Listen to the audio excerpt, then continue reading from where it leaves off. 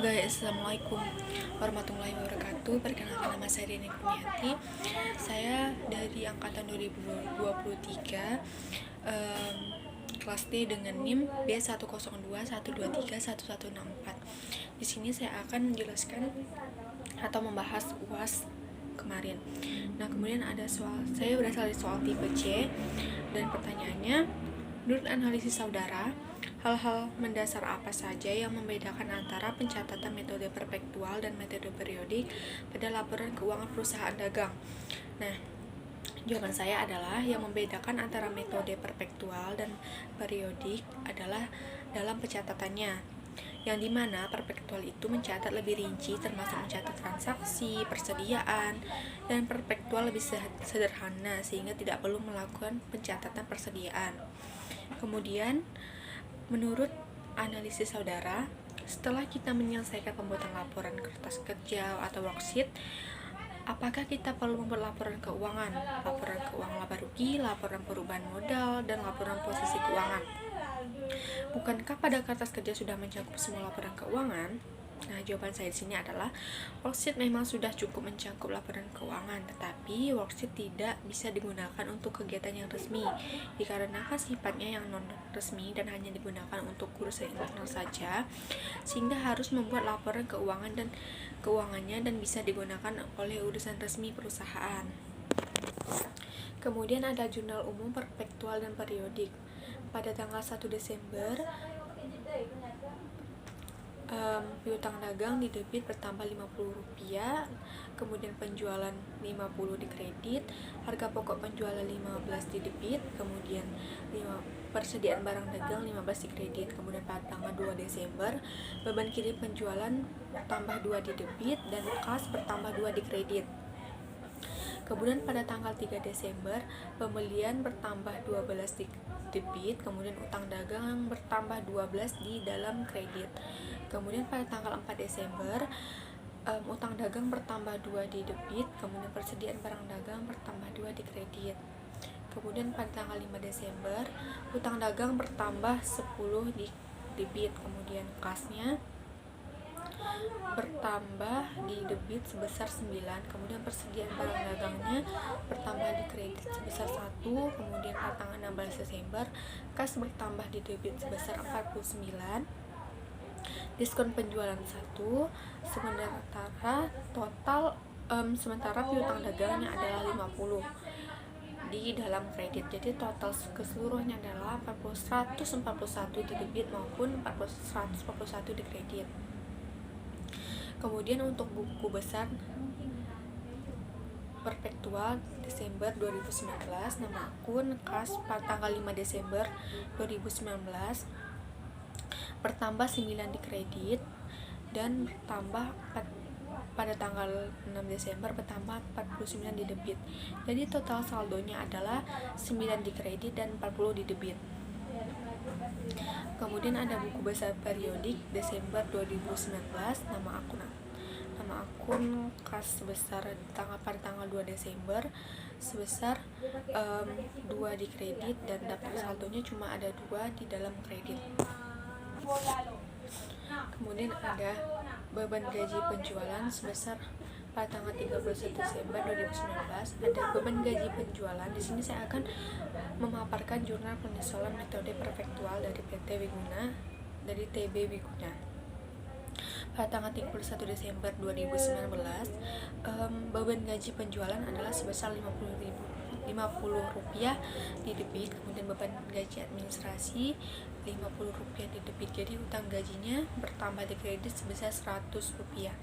Kemudian beban bunga bertambah di kredit sebesar 6 dan utang bunga bertambah di kredit sebesar 6.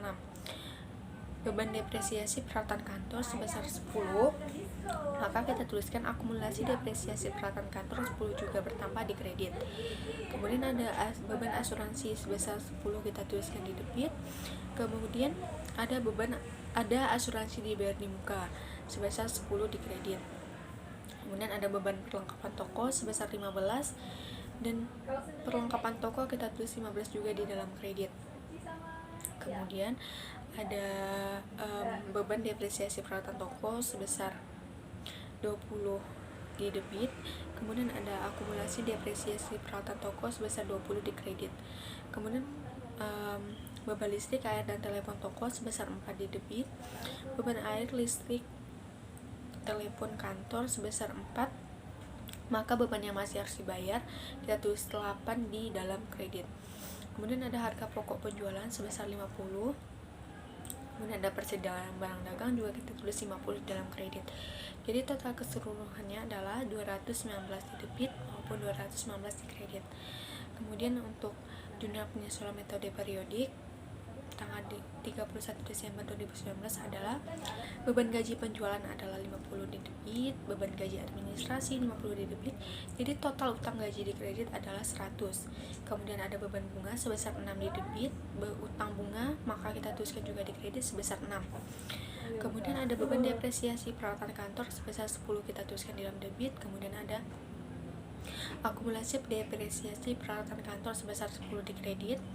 Kemudian ada beban perlengkapan toko sebesar 15 kita tuliskan di debit. Kemudian ada perlengkapan toko sebesar 15 kita tuliskan di kredit. Kemudian ada beban depresiasi peralatan toko sebesar 20 kita tuliskan di debit. Kemudian ada akumulasi depresiasi peralatan toko kita tulis 20 di dalam kredit. Kemudian ada beban listrik, air, dan telepon toko sebesar 4 kita tuliskan di debit. Beban listrik, air, telepon, dan telepon kantor sebesar 4 kita tuliskan di dalam debit. Dan kita jumlahkan beban yang masih harus dibayar adalah 8 dan kita tulis atau kita masukkan di dalam kredit. Kemudian ada harga pokok penjualan sebesar 650 di dalam debit.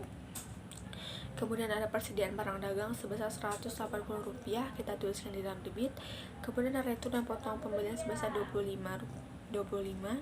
Kemudian ada diskon pembelian sebesar 5, maka pembeliannya kita tulis dalam kredit sebesar 245. Beban kirim pembelian 15, beban persediaan barang dagang awal 100. Jadi totalnya adalah 1029 di debit dan 1029 di kredit. Untuk laporan posisi keuangan atau kertas kerja perpektual adalah bunga laba bertotal dari neraca saldo sebelum penyesuaian adalah 2.190 di debit dan di kredit. Kemudian penyesuaian sebesar 219 di debit dan di kredit. Kemudian ada daftar saldo setelah penyesuaian 2.334 di debit dan di kredit. Kemudian ada laporan laba rugi sebesar 1.149 di debit serta 1.960 di kredit. Kemudian ada laporan posisi keuangan di 1.145 di debit dan 374 di kredit.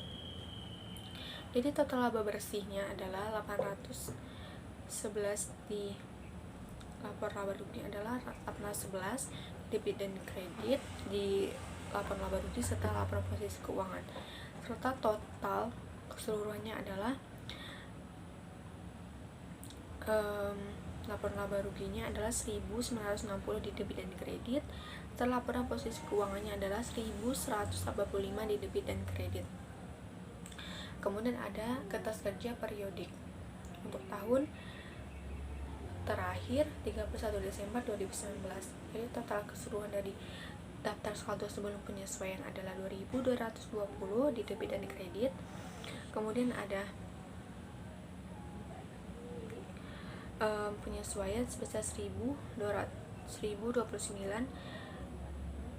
di debit dan di kredit. Kemudian daftar saldo setelah penyesuaian 2.334 di debit dan di kredit. Kemudian ada laporan laba rugi sebesar 1.149 di debit dan di kredit sebesar 1.960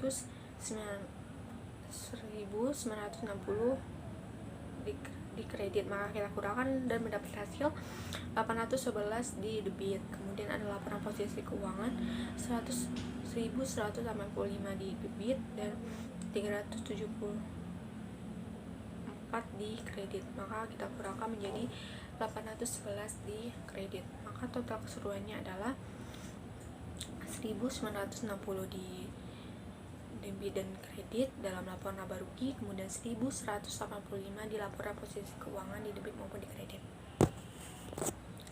Kemudian ada laporan laba rugi, pendapatan penjualan sebesar 1.960, kemudian dikurang retur dan potongan penjualan sebesar 30, kemudian diskon penjualan dikurang sebesar 25. Kemudian penjualan bersih dikurangi harga pokok penjualan yaitu 1.905, dikurang harga pokok penjualan yaitu dikurang 650, laba bruto atau laba kotor sebesar 1.255.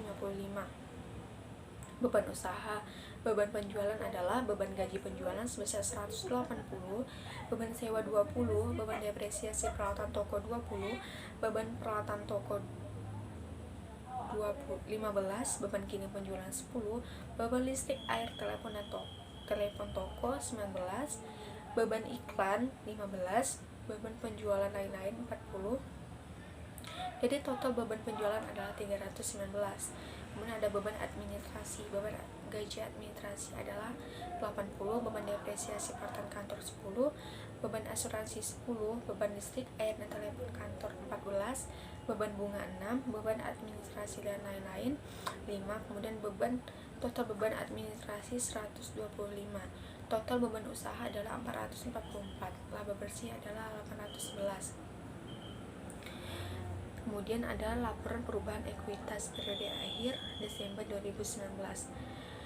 Saldo awal atau saldo sebelum jurnal umum ditambah laba bersih dikurang dividen saldo akhir. Modal atau saham sebesar 25, kemudian saldo laba 120. Jadi total ekuitasnya adalah 145. Kemudian untuk laba bersih sendiri modal sahamnya tidak ada, saldonya adalah 800, total ekuitasnya adalah 811. Kemudian untuk dividen total ekuitasnya adalah minus 40, dan saldo akhir adalah dari modal saham ada 25, dan saldo laba 891, dan total ekuitas adalah 916. Kemudian laporan ke posisi keuangan toko Umar aset lancar kas sebesar 250, kemudian piutang dagang sebesar 450 rupiah, persediaan barang dagang 180, asuransi dibayar di muka 40, perlengkapan toko 25. Total aset lancarnya adalah 945. Kemudian ada aset tetap mulai dari peralatan toko sebesar 140, akumulasi depresiasi peralatan toko 40 minus 40, kemudian peralatan kantor 60, akumulasi depresiasi peralatan kantor negatif 25, dan total aset lengkap adalah 135. Jadi total aset adalah 1080.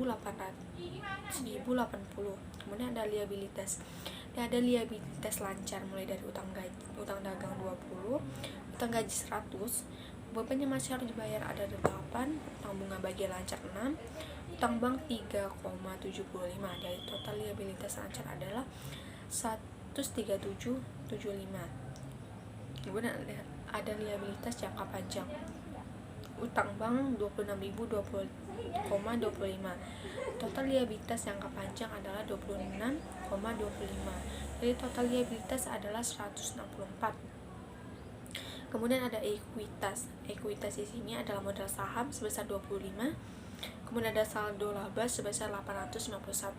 Jadi total ekuitas adalah 916. Kemudian ada total liabilitas dan ekuitas sebesar 1080. Kemudian itu saja pembahasan dari soal UAS yang Bapak berikan. Saya ucapkan terima kasih. Wassalamualaikum warahmatullahi wabarakatuh.